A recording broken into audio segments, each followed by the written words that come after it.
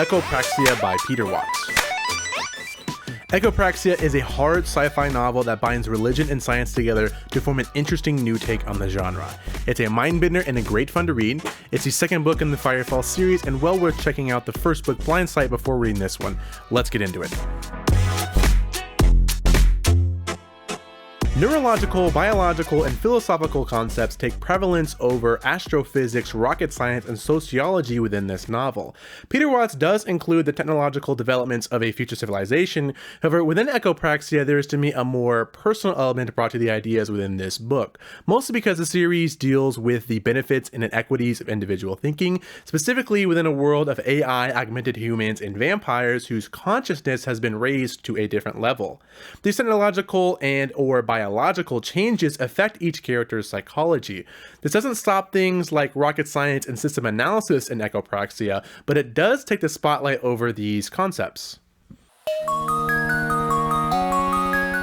Because of the focus on these wide-spanning conceptual developments, the plot within this novel loses its driving force, and I feel that it's intentional. Peter Watts even hints at the plot being not as important to the concepts when Daniel Brooke is said to be non-mission critical.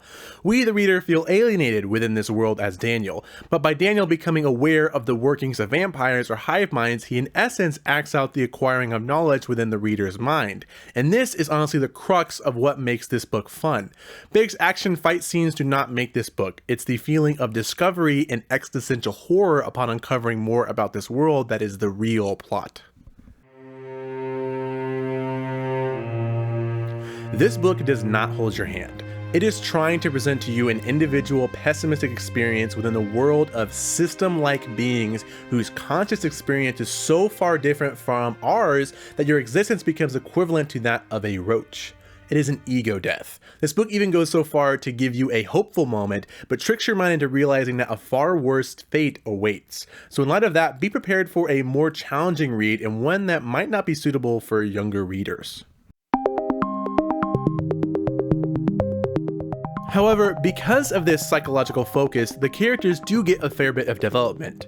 Daniel Brooks does emotionally change throughout this novel and does become more confident.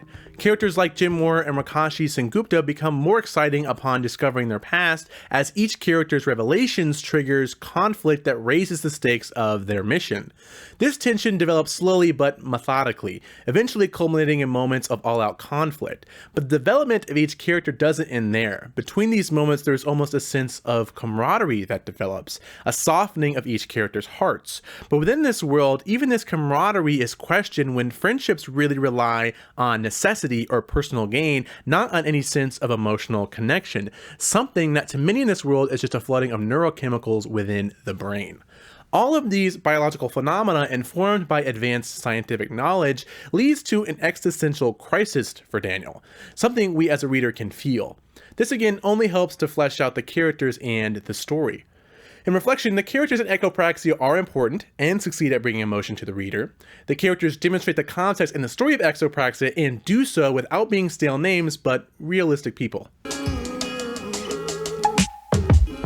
Alright, spoiler discussion. From here on, I will assume that you have read the book. Skip ahead to the conclusion if you haven't. It's a really great book and the surprises throughout the novel are something to be cherished. But if you're feeling brave, feel free to watch on. Okay, this book has a lot going on. We have Valerie's objectives, Jim Moore's objectives, the bicameral's objectives, and everybody else's freaking objectives. It's a real battle royale in this book. The aliens and their goo take a huge back seat to Valerie, but then boom, right when you think maybe good old Daniel might make it, he gets infected with the goo itself, which is actually a sentient mold planning to take over the world. It's wild.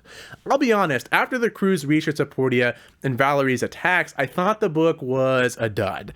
After Icarus was thrown into the sun and the journey back with a smaller crew began, I imagined a less mind-bending, conscious concept explosive story taking place with just a smaller crew and no new characters to introduce, which the new characters bring along the exciting concepts. The wild dopamine hits of coming into this world and discovering its complexities began to subside as we fall into the very real and dark world of Echopraxia. But with that 100 or so pages left in this book, this apparent resolving action turned into some of the best moments. Loose ends were getting pulled and tied up. Chekhov's gun was not forgotten in this book. Details counted here. all get expanded on and developed. Even when we begin the story with Peter Watts hinting at a pessimistic attitude throughout the book, we still believe Daniel Brooks truly has a chance at returning to his somewhat normal life. But when Daniel does return to his familiar life, it is completely flipped on his head. Valerie has kept him alive, but for a purpose Daniel does not understand. The Portia's reappearance within Valerie was quite the twist, and the unknown alien goo who controls Valerie and eventually controls Daniel leaves the story with a pessimistic tone, with the assumption that the alien will rule on Earth. This was really wild and left me shocked. But despite this outcome, I still believe, maybe foolishly optimistically, that humans have a chance. Throughout the book, we see a lower intelligence baseline human overcome more intelligent beings.